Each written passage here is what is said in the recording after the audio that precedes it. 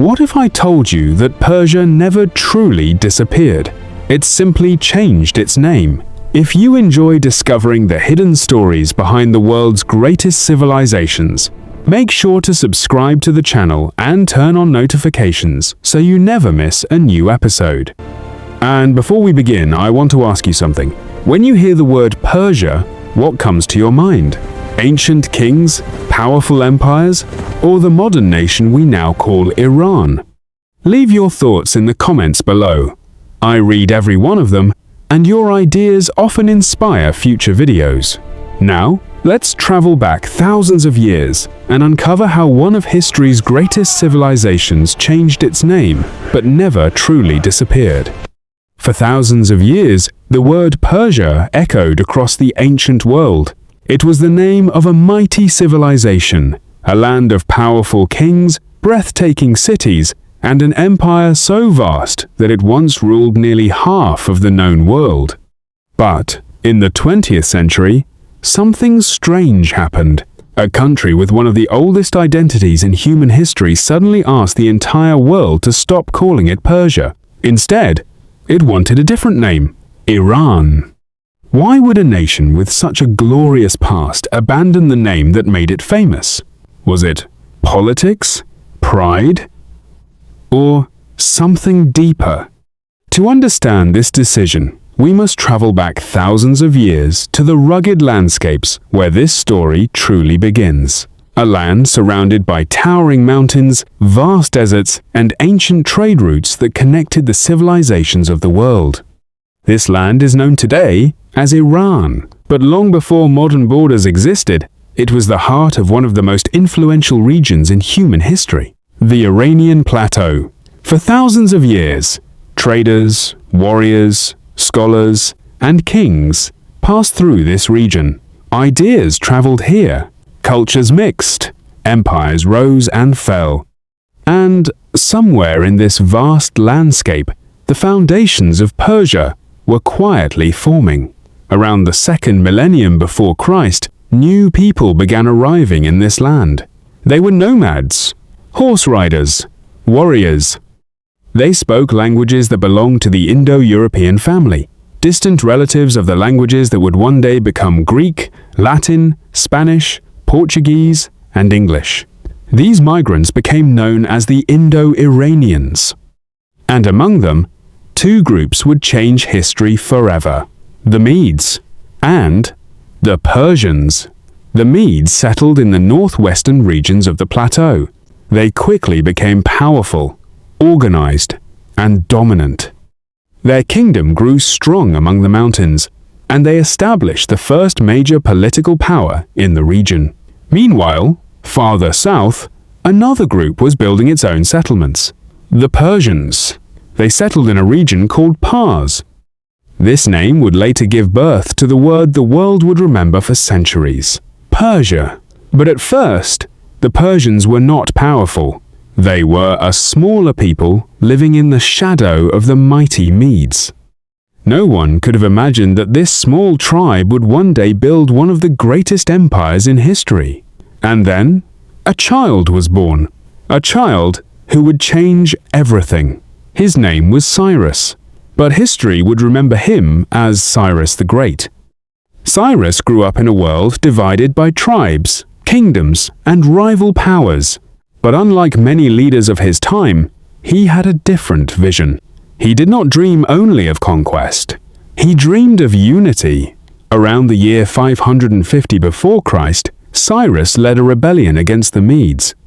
But instead of destroying them completely, he did something extraordinary. He united them. The Medes and Persians became one. And with that moment, a new empire was born, the Achaemenid Empire. Under Cyrus, this empire expanded at a breathtaking pace. His armies marched across the ancient world. They conquered Lydia. They entered Babylon. They stretched their influence from Central Asia to the Mediterranean Sea.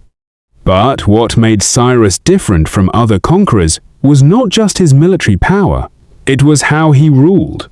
While many ancient empires ruled through fear, destruction, and forced assimilation, Cyrus chose a different path. Respect. When he conquered Babylon, he did not destroy its temples. He restored them. He allowed people to keep their religions, languages, and traditions. For the Jewish people who had been exiled in Babylon, Cyrus became a hero. He allowed them to return to their homeland and rebuild their temple. In fact, the Bible even refers to Cyrus as a chosen instrument of God.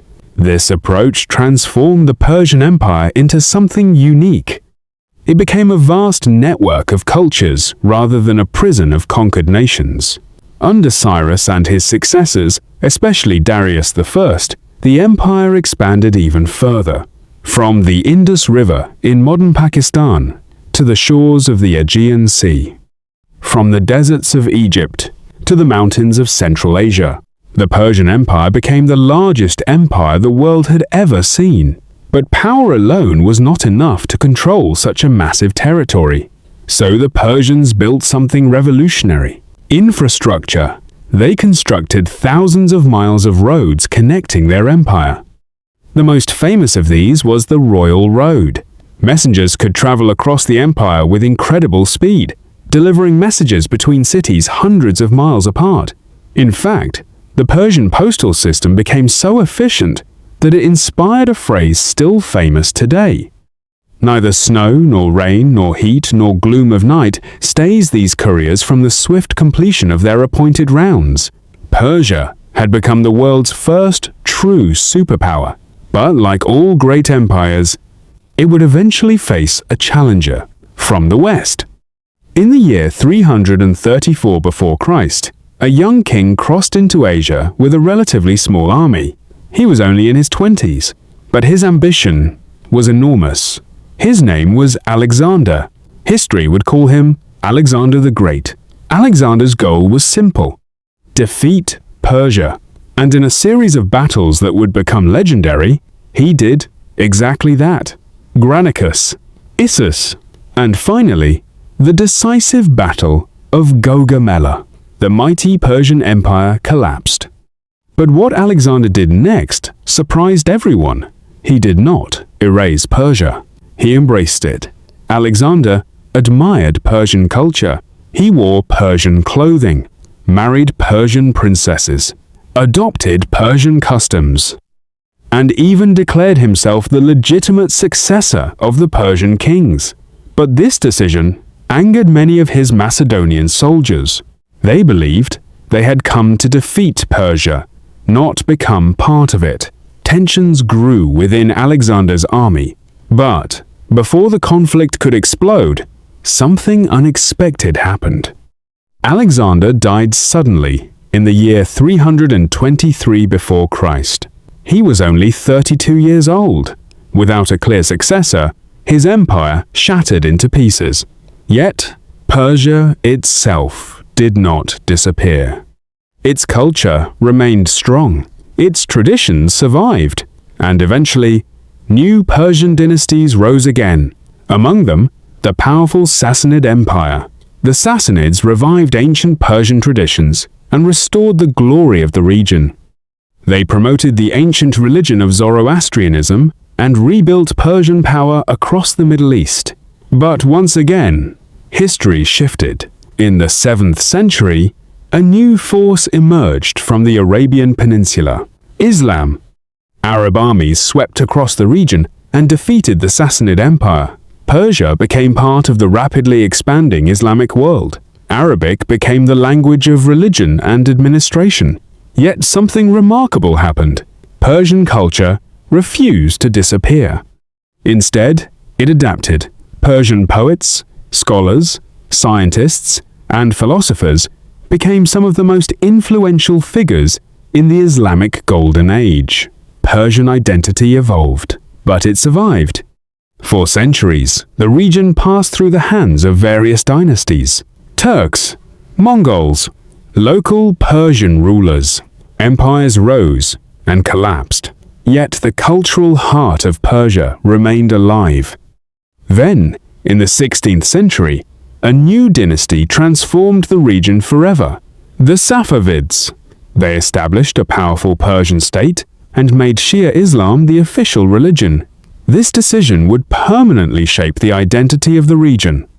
It also created a clear distinction between Persia and many of its Sunni Muslim neighbors. Persia once again stood apart. Centuries passed, empires faded, the world modernized. And then, in the 20th century, a dramatic decision was made.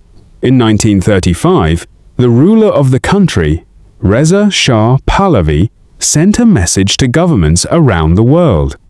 From now on, he said, the country should no longer be called Persia. Instead, it should be known by its ancient native name, Iran. The word Iran comes from an ancient term meaning land of the Aryans or land of the nobles. Within the country, the name had always existed. But internationally, Persia had been the common name for centuries. Reza Shah believed the new name would present a modern image of the nation. A strong, independent country rather than an exotic land described by ancient Greek writers. The world slowly adopted the change. Maps were updated. Textbooks were rewritten. Persia became Iran. Yet the old name never truly disappeared. Even today, the word Persia still evokes images of ancient grandeur, magnificent palaces, beautiful poetry, legendary kings. Meanwhile, the name Iran often appears in headlines connected to modern politics and global tensions. Two names, one land, and a long, complicated story of identity. Because sometimes a name is not just a label. It is a reflection of history, of power, of memory, and of how a civilization wants the world to see it. Persia never truly vanished. It lives on in the language, culture, and heritage of millions of people, hidden beneath a different name, waiting for those who look deeper into history. And when we understand that story, we realize something powerful. Civilizations may change, empires may fall, but identity never disappears. It simply evolves. And Persia is still there, just under another name, Iran. If you made it all the way to the end, thank you for being part of this journey through history. Stories like this remind us that civilizations don't simply vanish. They transform, adapt, and continue shaping the world in ways we often overlook.